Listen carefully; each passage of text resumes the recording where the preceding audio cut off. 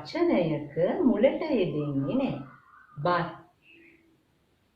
බතල, බණ්ඩක්කා මේ තමයි පුතේ බ අක්ෂර රූපේ. රම්බුටන්, රජතුමා, රත්තරන්. හරිම ආසයි නේද පුතාලා රම්බුටන් කන්න? මොකද්ද අකුරු ගොඩක් කිව්ව නේද පුතේ? හැබැයි ඒක නම් පටන් ගන්න අකුරින් නෙමෙයි පුතේ ටීචර් ලියන්නේ යන අකුරක් කියලා දෙන්නයි හදන්නේ. ඒ අකුරට එන වචන ටීචර් මුලින්ම කියන්නම්. ඕලුමල. ඕලුමල හරිම ලස්සනයි නේද? පුතාලා දැකලා තියෙනව නේද ඕලුමල? ඕලුමල. තව කියන්න බලන්න එකෙන් එන වචන. ඕලුමුවා නේද? ඒ වගේ වචන තමයි හරි අඩුයි ඕයන්ෙන් එන වචනත් පුතාලා තව මේ මලක් දන්නව ලස්සන ඕකිඩ් මල. ඕකිඩ් ඒකට අපි සිංහලෙන් නම් කියන්නේ උඩවැඩියා මල නේද? එතකොට ඕලු මල, ඕකිඩ් මල, ඒ වගේ ඕලුමුවා ඒ වගේ වචන එන්නේ ඕ කියන අක්ෂර රූපේ. ඒක ලියන විදිහ අපි ඊළඟට බලමු. මෙන්න රවුමක් අරගෙන ඕම අපි දැන් ඔයන්නේ ලියවන්නේ පුතේ. මෙතනදී පුතාලා මතක තියාගන්න ඕනේ මෙන්න මේ ඔයන්න මේ රතුරු වලටම යන්නේ නැහැ.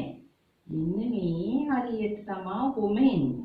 ඇවිල්ලා මේ රූල දිගේ ආයි චුට්ටක් මෙතෙන්ට ගිහින් ආයිත් කොම ඇවිල්ලා ආයිත් ඕම ඇවිල්ලා මෙන්න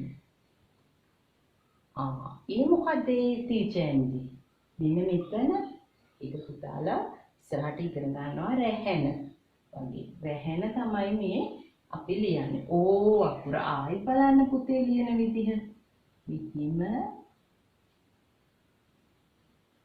ඕම අපි ඔයන්නම තමයි ලියන්නේ. මේ හරියෙන් හැබැයි ඔයන්න අර වගේ උඩට යන. ඒක ටිකක් පොඩියට ලියලා ආයිත් මෙහෙම ඇවිල්ලා මෙහෙම ඇවිල්ලා ආයිත් ඔන්න හරිම ලස්සනයි නේද අකුරත්? ඒ ඕ අක්ෂර රූපය. ඕ අක්ෂර රූපය. කියන්නේ ඕ. ඊළඟට ටීචර් ලියන්නේ යන වචනයට කියන්න පුතාලා මොන ශබ්දෙද මුලින්ම ඇහෙන්නේ කියලා ඉන්නේ. මුලින්ම ඇහෙන ශබ්දයේ තියෙන අකුර තමයි ටීචර් ලියන්නේ. මොන මන් දැන් වචන කියන්නම්. බතල, බණ්ඩක්කා, බර. මොකද්ද කියන්න බලන්න චූටි පුතාලා.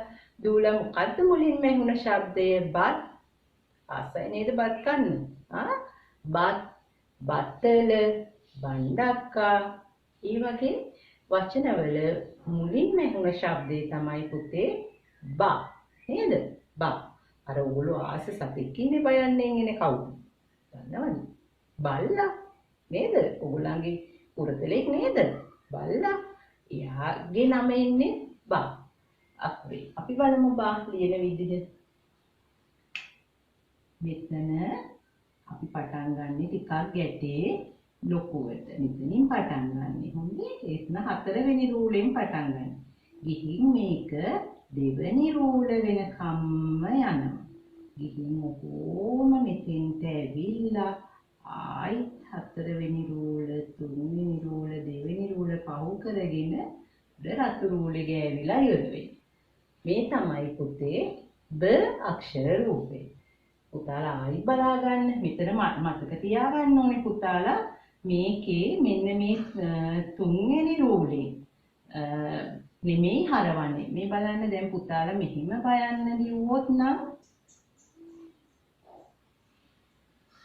ඔක්කොම ලිව්වොත් නම් වැරදි. මේ පුතාලා ලියලා ගිහිල්ලා තියෙන්නේ 3 වෙනි රූලේ. නේද? මේ නිල් රූල් දෙකේම ගෑවෙන්නයි ලියන්න ඕනේ. එතකොට මෙහිම බයන්න ලිව්වොත් මේක වැරදි. මේක මෙතෙන්ට යනකම් යන්න ඕනේ. ඔන්න බලන්නකෝ ආයිසරයක්.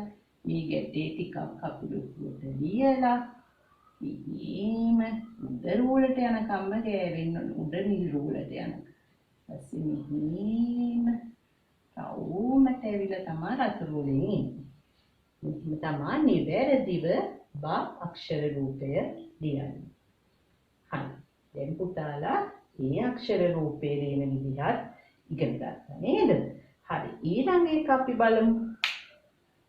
ඒ අකුර නම් පුතාලා කලින් ලියපු අකුරක් වගේමයි. හැබැයි එක තැනකදී චුට්ටක් වෙනස් වෙනවා. බලමුද මොකක්ද වෙනස් වීම කියලා. ඉන්නකො ටීචර් පෙන්නන්න. ඒකට එන වචන කියනකොට පුතාලා බලයි මොකද්ද ටීචර් ලියන්න යන වචනේ කියලා. මේ අකුර කියලා.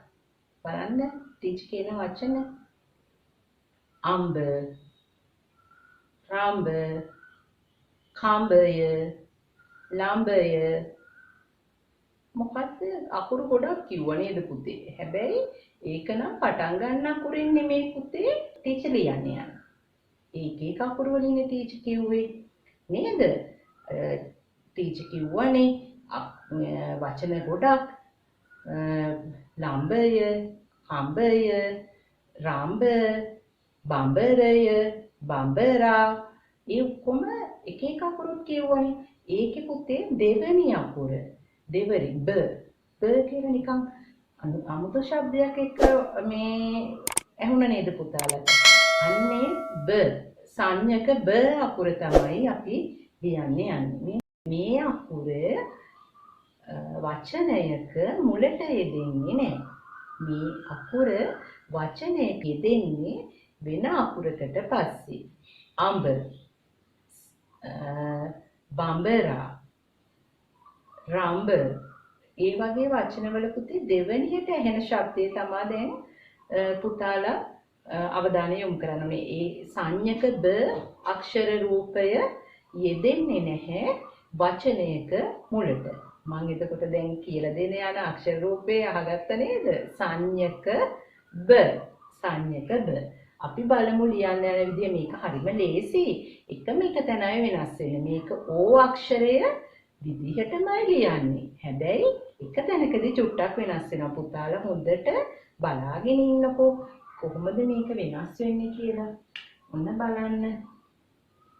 මෙන්න ගැටය ඔහොම රෝල් දෙකේම ලියලා ඔහොම අපි දැන් ඕ අක්ෂරය ලියන්න විදිහටම මෙතෙන්ට වෙනකන් ලියලා මේක මෙන්න මෙතනින් චුට්ටක් ඇතුළට ගිහින් ආයිත් ඔහොම ඇවිල්ලා ආයිත් මේ පැත්තට ඇවිල්ලා මෙන්න මෙහෙම තමයි ලියන්නේ. දැන් මෙතන ඕ අක්ෂරයට වැඩිය වෙනස තියෙන්නේ මෙන්න මෙතන. මෙන්න මෙතන වෙනස්. අපි ඕ අක්ෂරය මම ලියලා පෙන්නන්නම්කො පුතාලට. එතකොට පුතාලට වඩාත් පැහැදිලි වෙයි මොකද්ද කියලා. මේ අපි ලියන්නේ ඕ අක්ෂරය මෙහෙම. මේ අපි සංඥක බ අක්ෂරය ලියන්නේ මෙන්න මෙතන. මේ මැද තමයි වෙනස් වෙන්නේ. ආයි බලා ගන්නකො පුතාලා ලියන විදිය.